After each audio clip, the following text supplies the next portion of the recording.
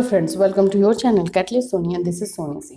Friends, जैसे कि जानते हैं 4 बजे हमारा क्लास होता है बीएड फर्स्ट ईयर का। और आज हम बीएड फर्स्ट ईयर में लर्निंग एंड टीचिंग कर रहे हैं। अभी हम थर्ड बुक, हमारा पेपर 1 जो कि है चाइल्डहुड एंड ग्रोइंग अप, ख़त्म हो चुका है। फिर हमारा कंटेम्प्रेरी इंडिया एंड एजुकेशन, ये भी पूरा हो चुका है। आज हम लोग जो है, अब हम लोग कर रहे हैं पेपर 3 जो कि है learning and teaching. Learning and teaching में देखते हैं आज का टॉपिक क्या है। वैसे ये भी 2-3 क्लास हो चुका है। आज हम देखेंगे कि लर्निंग को प्रभावित करने वाले कारक कौन से हैं, मतलब कि अधिगम को प्रभावित करने वाले कारक, फैक्टर्स जो कि लर्निंग को इफेक्ट करते हैं। तो अधिगम प्रक्रिया, पहले तो आप ये इसको समझने से पहले इतना समझिए कि लर्निंग को मतलब कि जो एकदम रियल लाइफ से कनेक्ट कीजिएगा। मान लीजिए कि जो बच्चा है, एक स्टूडेंट है, ठीक है, और वो सीखना चाहता है या फिर स्कूल में कुछ सीख रहा है, तो उसको कौन कौन से कारक हो सकते हैं जो कि उसको इफेक्ट डाल सकते हैं, जो उसको सीखने में या तो बाधा डाले या फिर उसको इनकरेज करे। देखिए, यहाँ पे प्रभावित करने वाले कारक का मतलब ये नहीं होता है कि सिर्फ निगेटिव वे में प्रभावित करे, हो सकता है कि वो पॉजिटिव वे में भी प्रभावित करे, है ना। तो आपको ये देखना है कि ये कौन से कारक हैं जो कि लर्निंग को, स्टूडेंट जो सीख रहा है उसको प्रभावित कर सकते हैं।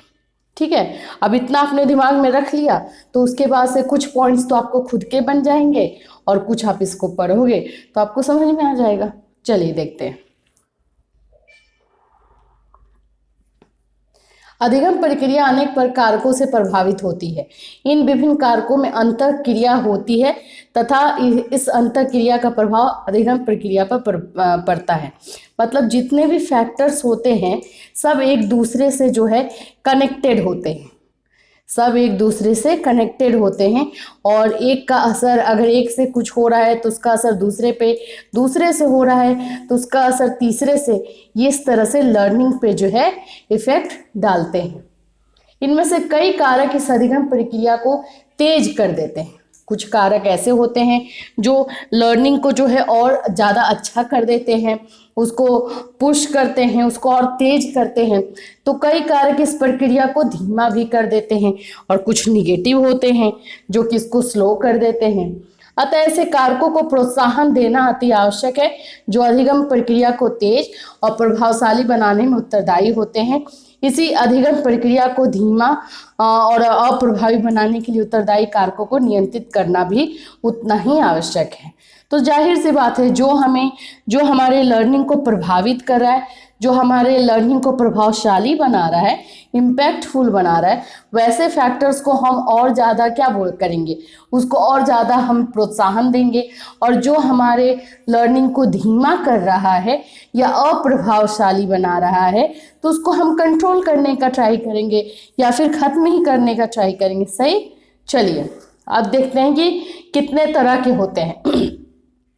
तो देखिए, इसको 3 पार्ट में डिवाइड कर लिया गया है। पहला पार्ट है अधिगमकर्ता या सीखने वाले संबंधित व्यक्तिगत कारक। जो हमारा लर्नर होता है, जो लर्नर है, जो लर्निंग कर रहा है, उसका पर्सनल कारण। पर्सनल कारण में क्या आएगा, उस पर्सनल कारक में उसके हेल्थ आ जाएगा, उसका मेंटल हेल्थ आ जाएगा, शारीरिक हेल्थ आ जाएगा, फिर उसके बाद से जो है उसका फैमिली इन्वायरमेंट आ जाएगा, हेरिडिटी आ जाएगी, वंशानुक्रम की वजह से होता है। तो पर्सनली जो है लर्नर का जो भी प्रॉब्लम है, पर्सनल, व्यक्तिगत, वो इसमें आएगा। ठीक है। दूसरा है कार्य संबंधी कारक, यानी कि टास्क फैक्टर्स। टास्क यानी कि किस तरह का कार्य है, कार्य डिफिकल्ट है या फिर कार्य अधिगमकर्ता के अनुसार है या नहीं। अब मान लीजिए क्लास 5th में आप जो है पढ़ाने जा रहे हो और आप उसमें ट्रिग्नोमेट्री जाके पढ़ाओगे मैथ्स का, तो वो तो क्लास 5th का सिलेबस ही नहीं है, तो बच्चे को समझ में कैसे आएगा। तो वो भी देखना है कि जो टास्क दिया जा रहा है, जो कार्य दिया जा रहा है, वो एप्रोप्रिएट है कि नहीं लर्नर के लिए। तो ये कार्य संबंधी कारक आते हैं। विधि संबंधी कारक यानी मैथड। जैसे कि हम जानते हैं प्राइमरी में जब हम पढ़ाने जाते हैं, प्राइमरी छोटे बच्चों को जब हम पढ़ाते हैं तो हमारी मैथोलॉजी जो होती है, टीचिंग मैथोलॉजी जो होती है अलग होती है। वही जब हम सीनियर क्लासेस में पढ़ाते हैं, जैसे 11th 12th में पढ़ाते हैं, तो हमारी मैथोलॉजी अलग होती है। तो ये भी हमें देखना है कि हम जो विधि से पढ़ा रहे हैं बच्चों को वो एप्रोप्रिएट है कि नहीं, कहीं उससे बच्चे का जो है जो लर्निंग है उसमें कमी तो नहीं आ रही है। ये भी हो सकता है कि उसकी लर्निंग में जो है तेजी आए, कुछ एप्रोप्रिएट मेथड हम यूज़ कर रहे हों तो उससे जो है फ़र्क पड़े और जो हमारा लर्निंग है प्रभावशाली बने। तो इस तरह से ये 3 पार्ट में डिवाइड करके जो है फैक्टर्स निकालेंगे। तो आप खुद देखेंगे कि अगर हम व्यक्तिगत कारक से सबसे ज़्यादा फैक्टर निकलेगा, तो व्यक्तिगत कारक से अगर हम मान लीजिए 8 भी निकाल लेते हैं और इन दोनों से हम दो भी निकालते हैं तो कितने हो गए हमारे points? 8 to 10 to 12, total 12 points बन जाएंगे। तो किसी भी लॉन्ग क्वेश्चन के लिए 12 पॉइंट्स सफिशियंट होगा, है ना, इसीलिए इसको फैक्टर में डिवाइड किया गया है। चलिए आइए अब देखते हैं हम कितने फैक्टर्स हैं। सबसे पहले तो अधिगमकर्ता या सीखने वाले संबंधित व्यक्तिगत कारक। देखिए व्यक्तिगत कारक आप खुद से भी लिख सकते हो, ये जरूरी नहीं है कि इसमें जो दिया है वही लिखो। पहला तो है परिपक्वता, यहाँ पर आप हेरिडिटी वंशानुक्रम डाल सकते हो, इन्वायरमेंट डाल सकते हो, पर्यावरण डाल सकते हो, फैमिली इन्वायरमेंट हो सकता है कि बच्चे का खराब हो जिसका असर उस पर पड़े, या फैमिली इन्वायरमेंट बहुत अच्छा हो जिसका भी इम्पैक्ट बच्चे पे पड़े। तो ये सारी चीजें आप खुद से बना सकते हो। जो व्यक्तिगत कारक है उसमें आप बहुत सारे पॉइंट्स खुद से ऐड कर सकते हैं। आइए हम यहाँ के पॉइंट्स को देखते हैं। सबसे पहले है परिपक्वता, यानी सीखने और परिपक्वता में गहरा संबंध है। जाहिर सी बात है लर्निंग और मैच्योरेशन में बहुत संबंध है। जैसे कि मैं अभी आपको बता ही रही थी कि क्लास 5th वाले बच्चों को क्लास 5th के बच्चों के मैच्योरिटी के अकॉर्डिंग ही हम लर्निंग देंगे। ऐसा नहीं है कि क्लास 5th के बच्चे को जो है हम 9 का सिलेबस पढ़ाने लगे। तो ये हमें जो है बैलेंस देखना पड़ता है। बल्कि यह कहना गलत नहीं होगा कि अधिगम परिपक्वता पर ही आधारित है। बिल्कुल सही।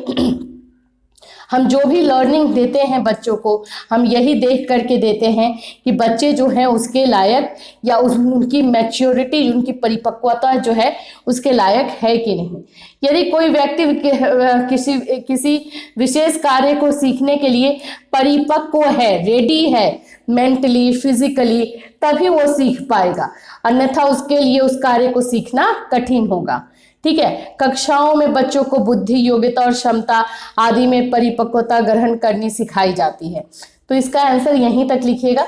ये कुछ ज़्यादा लॉन्ग दिया है लेकिन सब पढ़ करके समझ लीजिएगा, समझने के लिए सही है, बट एक्सप्लेनेशन जो है इतना ही लिखिएगा, पॉइंट्स से हमें ज़्यादा मतलब रहता है। तो पहला पॉइंट हमारा हुआ परिपक्वता, मैच्योरिटी। दूसरा है अभिप्रेरणा, मोटिवेशन। ये भी सही है, बच्चों को जो है हम अगर मोटिवेट करते हैं, उनको हम जो है बोल सकते हैं कि प्रेरित करते हैं, तो जाहिर सी बात है बच्चा अच्छा करता है।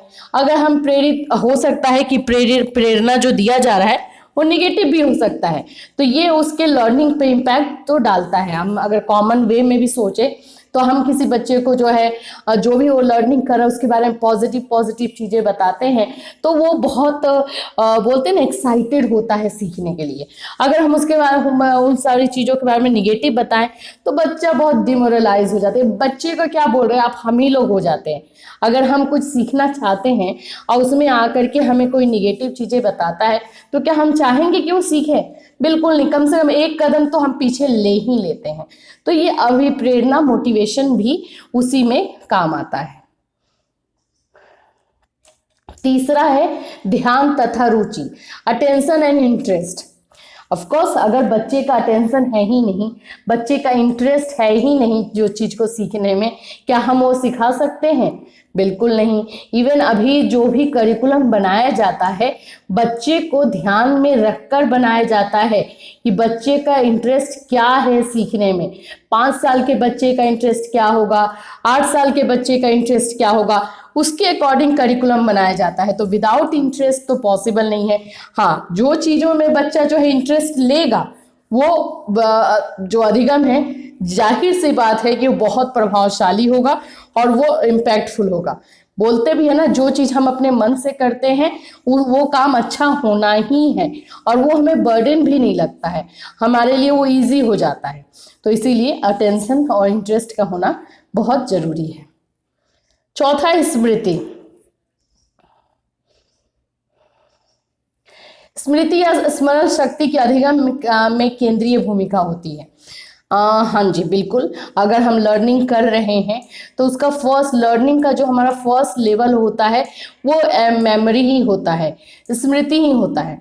हम जो बच्चों को सिखा रहे हैं अगर वो दिमाग में अपने रख ही नहीं पा रहे, स्टोर ही नहीं कर पा रहे, तो आगे का प्रोसेस पॉसिबल ही नहीं है। लर्निंग का 3 प्रोसेस होता है। एक तो होता है मेमोरी सबसे पहले, दूसरा जो हमारा होता है वो हमारा होता है उनको समझाना, जो हमने मेमोरी में डाला है उसको समझाना, और तीसरा होता है उसके बारे में बच्चे खुद से जो है चिंतन करते हैं, मनन करते हैं, समझते हैं। तो जब मेमोरी वाला ही स्टेज कंप्लीट नहीं होगा तो आगे बच्चों को समझने का कोई सवाल ही नहीं उठता है। तो इसी तरह से हम बोलते हैं कि मेमोरी जो है बहुत जरूरी है। देखिए यहाँ लिखा हुआ भी है, अधिगम प्रक्रिया में शिक्षण अधिगम के स्तरों का अनदेखा नहीं किया जा सकता। हर शिक्षण अधिगम स्तर का शिक्षण आवश्यक है। बोध स्तर यानी कि अंडरस्टैंडिंग लेवल के शिक्षण के लिए स्मृति स्तर आवश्यक है। देखिए लर्निंग जो है ना, इसका 3 लेवल होता है। पहला लेवल होता है मेमोरी, जो भी चीज हम बच्चों को सिखाने वाले होते हैं पहले उनकी मेमोरी में डालते हैं। दूसरा लेवल होता है अंडरस्टैंडिंग, जो चीजें हम उनके दिमाग में डाले हुए रहते हैं वो उनको हम फिर समझाते हैं, बच्चों को समझाया जाता है, कॉन्सेप्ट क्लियर किया जाता है। और तीसरा जो लेवल हमारा होता है वो होता है चिंतन का, जिसको हम बोलते हैं रिफ्लेक्टिव, मतलब कि बच्चे जो है जो चीजें वो समझे हैं अब उसको वो अपनी बोल सकते हो कि दिमागी तौर पे अपने क्रिएटिविटी के अनुसार, अपने लेवल के अनुसार जो है उसमें डीपली एनालाइज करते हैं, और उसके बाद वो मतलब बोलते हैं ना कि उसके और अंदर जाकर के सोचना और सोच करके उसमें से और ज़्यादा एनालाइज करके बातों को बात से निकालना, तो वो तीसरा होता है। तो जब मेमोरी वाला ही स्टेज कंप्लीट नहीं होगा, मेमोरी वाला ही लेवल कंप्लीट नहीं होगा, तो आगे का लेवल तो आगे बढ़ेगा ही नहीं। पांचवा है हमारा तत्परता और क्षमताएं, of course readiness and capacities. बच्चे की कैपेसिटी देख करके ही हम आगे जो है बच्चों को पढ़ाते हैं और वो सीखने पे बहुत इम्पैक्ट डालता है। देखिए ये सारे जो पॉइंट्स हैं बहुत इंपॉर्टेंट पॉइंट हैं, लेकिन इसके अलावा क्योंकि ये सारे पॉइंट्स ऐसे पॉइंट्स हैं ना जिसको आप भूल सकते हो, ये अगर फैक्ट में बताऊं तो ये भूलने वाला टाइप का पॉइंट है। लेकिन जब हम व्यक्तिगत कारक बच्चे का देखते हैं तो जैसे मैंने आपको बताया कि उसमें बच्चे का क्या हम देखते हैं, उसका जो है हेरिडिटी देखेंगे, इन्वायरमेंट देखेंगे, फैमिली इन्वायरमेंट देखेंगे, सामाजिक स्थिति देखेंगे, ये सारी चीज़ें, आर्थिक स्थिति देखेंगे, ये सारी चीज़ें भी इम्पैक्ट डालता है ना। तो आप उस सारे पॉइंट्स को भी अपने तौर से लिख सकते हो, अदरवाइज ये सारे पॉइंट्स तो हैं। आइए फिर हमारा है सेंसेशन एंड परसेप्शन। संवेदना और प्रत्यक्षीकरण की योग्यता सीखने की प्रक्रिया के आधार माने जाते हैं। देखिए कोई भी चीज़ जब हम लर्निंग के लिए जाते हैं तो सबसे पहले हमारा संवेदना होता है, हमारा सेंसेशन होता है। अच्छा ये चीज़, हाँ ये चीज़ तो मुझे समझने का मतलब उसके लिए ना आपका एक बोलते हैं ना कि स्ट्राइक होना, दिमाग में स्ट्राइक होना, तो वो आपका सेंसेशन होता है। उसको आप मतलब आपके दिमाग में जो है झटका लगा कि हाँ ये चीज़ें, इस चीज़ में कुछ है, और उसके बाद जो है प्रत्यक्षीकरण आप करते हो और अपने दिमाग को जो है इंफॉर्मेशन देते हो कि ये चीज़ें आप सीखने वाले हो। तो ये बच्चे में होना जरूरी है। फिर इच्छा शक्ति, विल टू लर्न। हाँ बच्चे की इच्छा शक्ति अगर नहीं है सीखने के लिए तो चाह करके भी वह नहीं सीख सकता और उसके साथ ज़बरदस्ती नहीं की जा सकती। फिर है शारीरिक रोग या दोष, जो मैं आपको बता रही थी, फिजिकल प्रॉब्लम हो सकता है, बीमारी हो सकती है, इस तरह के अगर बच्चे में प्रॉब्लम है तो सीखने में प्रॉब्लम होगा ही होगा। फिर हमारा है फैटिग, थकान। थकान बहुत ऐसा कारक है ना जो कि बोले तो बीमारी की तरह भी होता है, या फिर बच्चे जो है मेंटली भी थकते हैं। ठीक है। तो वो सारी चीज़ों को देख करके ही जो है हमें बच्चों को लर्निंग देखना चाहिए। अधिगम प्रक्रिया के दौरान थका हुआ विद्यार्थी कभी कुछ भी नहीं सीख पाता। उस थकान के परिणाम स्वरूप रुचि, ध्यान, तत्परता, अभिप्रेरणा, ये सारे कारक जो है अपना प्रभाव छोड़ देते हैं और प्रभावहीन हो जाते हैं। तो थकावट जो है एक इस तरह से फैटिग जो है कारक जो काम करता है। मेंटल हेल्थ जो मैं आपको बता भी रही थी, मेंटल हेल्थ अगर सही नहीं है तो कैसे सीखोगे, बिल्कुल पॉसिबल ही नहीं है ना। तो ये मानसिक स्वास्थ्य हुआ। फिर हमारा है 11 भोजन तथा औषधियाँ, फूड एंड ड्रग्स। अगर आपको सही तरीके का खाना नहीं मिल रहा है, बैलेंस डाइट नहीं मिल रहा है, और एक ऐसा बच्चा है जिसको बैलेंस डाइट मिल रहा है, तो जाहिर सी बात है कि जिसको डाइट अच्छा मिल रहा है, जिसको खाना अच्छा मिल रहा है, जिसको औषधियाँ अच्छी मिल रही है, वो बच्चा पढ़ने में अच्छा होगा ना, उसकी लर्निंग जो है इम्पैक्टफुल होगी। तो ये भोजन भी इम्पॉर्टेंट फैक्टर है लर्निंग को प्रभावशाली बनाने में। अब आइए कार्य संबंधी कारक। सबसे पहले है कार्य का कठिनाई स्तर, जो मैं पहले ही आपको बता चुकी हूँ कि हमें ये देखना पड़ता है कि वो जो कार्य, जो टास्क हमने दिया है बच्चों को, क्या उनके लेवल का है या नहीं, कि ऐसा तो नहीं है उसका डिफ़िकल्टीज लेवल जो है ज़्यादा है कंपेयर टू बच्चे का एज या बच्चे का क्लास। तो ये देख करके जो है टास्क में बच्चे के ये अगर चीज़ें बैलेंस नहीं हुई तो जाहिर सी बात है कि लर्निंग जो है उसमें इम्पैक्ट आएगा, लर्निंग जो है प्रभावहीन बनेगा और वो सही तरीके से काम नहीं करेगा। फिर हमारा है कार्य की समानता, सिमिलैरिटी ऑफ द टास्क। हम क्या होता है ना कि जैसे मान लीजिए कि क्लास 1 में आप पढ़ाने जा रहे हो, ठीक है, तो हमने बच्चों को नंबर बताया, ठीक है, नंबर हो गया, उनका नंबर हो 1 2 3 4 5 सीख लिए। क्लास 2 में जब बच्चे पढ़ने जाएंगे तो उसी नंबर से रिलेटेड ही तो आप ना सम्स बताओगे। मान लो कि आपने एडिशन बताया तो आपने लिखा 2 + 2, तो ये सीक्वेंस से ही आप चल रहे हो ना। ये होता है कार्य की समानता, मतलब कि हम जो है सीक्वेंस से बच्चों को काम बताएं। अब ऐसा नहीं है कि हमने नंबर तो बताया ही नहीं और डायरेक्ट हम चले एडिशन बताने, तो क्या बच्चा सीखेगा? बिल्कुल नहीं। तो इस तरह से कार्य में जो है समानता होनी चाहिए, सिमिलैरिटी ऑफ द टास्क होनी चाहिए, जिससे कि बच्चा एक अधिगम को, एक लर्निंग को दूसरे लर्निंग के साथ कनेक्ट कर सके। कार्य का अर्थपूर्ण होना, जो भी कार्य बच्चों को दिया जा रहा है ऑफ कोर्स वो अर्थपूर्ण हो, जिसमें बच्चे की रुचि, ध्यान सब कुछ जो है लगे। और अर्थहीन कार्य अगर होगा तो ना ही उनका ध्यान लगेगा, ना ही इंटरेस्ट आएगा। कार्य की रोचकता तथा अरोचकता, अब काम कितना ही अर्थपूर्ण क्यों ना हो, लेकिन वो इंटरेस्टिंग नहीं है, वो बोरिंग हो जाएगा, तो बच्चे क्या ध्यान लगाएंगे? आजकल तो हम अपने टास्क को इंटरेस्टिंग बनाने के लिए कितने टीचिंग एड्स और कितने ही बोल सकते हो रिसोर्सेज का यूज़ करते हैं, जिससे कि बच्चों का इंटरेस्ट उसमें रहे और बच्चे जो है इंटरेस्ट के साथ सीखें। तो ये भी ज़रूरी है। कार्य की लंबाई, अगर कोई काम जो है कंटिन्यूअस बहुत लंबे देर तक चल रहा है तो वो काम जो है बोरिंग हो जाता है और उस काम में बच्चे का इंटरेस्ट जो है वो खत्म हो जाता है। तो कार्य की लंबाई भी मायने रखती है। अब आइए मेथड फैक्टर्स। मेथड फैक्टर्स में सबसे पहले है प्रैक्टिस। जो भी हम पढ़ाते हैं बच्चों को, तीसरा नंबर उसका होना चाहिए प्रैक्टिस।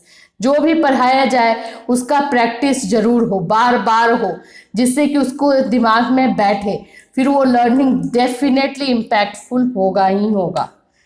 फिर है लर्निंग बाय डूइंग। ट्राई ये करे कि बच्चे जो है खुद से करके सीखे, और आजकल हमारे एजुकेशन का जो है ये मेन स्लोगन भी है लर्निंग बाय डूइंग। बच्चे को जो है एक्टिविटी के थ्रू सिखाना, बच्चे को जो है इनकरेज करना कि वो खुद से करे और फिर सीखे, क्योंकि करके सीखने वाला जो नॉलेज होता है लॉन्ग लास्टिंग होता है। फिर है सूझबूझ द्वारा सीखना, लर्निंग बाय इनसाइट। इस प्रकार सीखने से अधिगम स्थायी होता है। इस विधि द्वारा अधिगम कम से कम हो जाता है तथा इसमें तथ्यों को रटने की आवश्यकता नहीं होती। पहले सूझबूझ द्वारा मैं आपको बता दूं कि कॉन्सेप्ट क्लियर करके सीखना।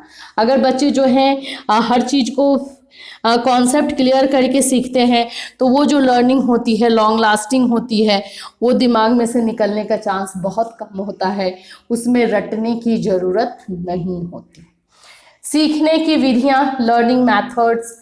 अधिगम या सीखने की विभिन्न विधियों का प्रयोग किया जाता है, लेकिन सभी स्थितियों या विषयों के लिए हर विधि का उपयोग नहीं होता। तो पर्टिकुलरली हम विषय, सब्जेक्ट और क्लास ये सब देख करके जो है टीचिंग मैथोलॉजी चूज करें जिससे बच्चे को समझ में आए। फिर है रेसिटेशन। हम प्रैक्टिस बच्चे को करवाते हैं तो उसके लिए हमें फिर उसके बाद उसका एक पार्ट जो होता है सुनाना भी होता है। बच्चे से सुने कि वो ढंग से जो है लर्न कर रहा है या नहीं, या फिर कहाँ पे उसको वो प्रॉब्लम आ रही है, या फिर कहाँ पे वो मिस्टेक कर रहा है और उस मिस्टेक को करेक्ट करें। ठीक है, तो यहाँ पे हुए आपके ये सारे फैक्टर्स का मैंने बहुत ज़्यादा आपको पॉइंट बताया है। अब कुछ पॉइंट्स मैंने आपको हिंट भी दिया कि आप खुद से भी ऐड कर सकते हो, तो बिल्कुल इसको मत भूलिएगा, क्योंकि आप भी जानते हो फ्रेंड्स कि ये क्वेश्चन तो भाई रहता ही रहता है। ये ऐसा क्वेश्चन है जो कि आपको आएगा ही। अगर लर्निंग पूछेगा तो भाई फैक्टर्स तो पूछ ही देगा, तो इसको आप ध्यान से और अच्छी तरीके से कीजिएगा। कुछ पॉइंट्स आप खुद से भी क्रिएट कर सकते हो, तो वो भी आप कर लीजिएगा। सही है, चलिए अब हम इंग्लिश का थोड़ा सा देख लेते हैं। देखिए इंग्लिश यहाँ से है, टाइप्स ऑफ फैटिग्स। सबसे पहले तो जो फैक्टर्स अफेक्टिंग लर्निंग है, इसमें फैटिग है। फैटिग फिजिकल होता है, जो मैं आपको बता रही थी, शारीरिक थकावट होता है। ठीक है, साइकोलॉजिकल और मस्कुलर फैटिग होता है। दूसरा हमारा मेंटल फैटिग होता है, और ये फैटिग भी हमारे लिए नुकसानदायक होता है। फिर साइकोलॉजिकल फैक्टर्स में देखें, जो हमने किया, मोटिवेशन होता है, ग्रुप टास्क होता है, स्पीड ऑफ वर्क है, नॉलेज ऑफ रिजल्ट है, ये सारी चीज़ें, रिवॉर्ड एंड पनिशमेंट है, सेटिस्फैक्शन इन वर्क है, ये सारे जो है। फिर इसमें इन्वायरमेंटल फैक्टर्स दिया है, नॉइज है, सॉफ्ट ड्रिंक ड्यूरिंग वर्क है, टेम्परेचर है। तो ये सारी चीज़ें जो है इम्पैक्ट डालती है लर्निंग में।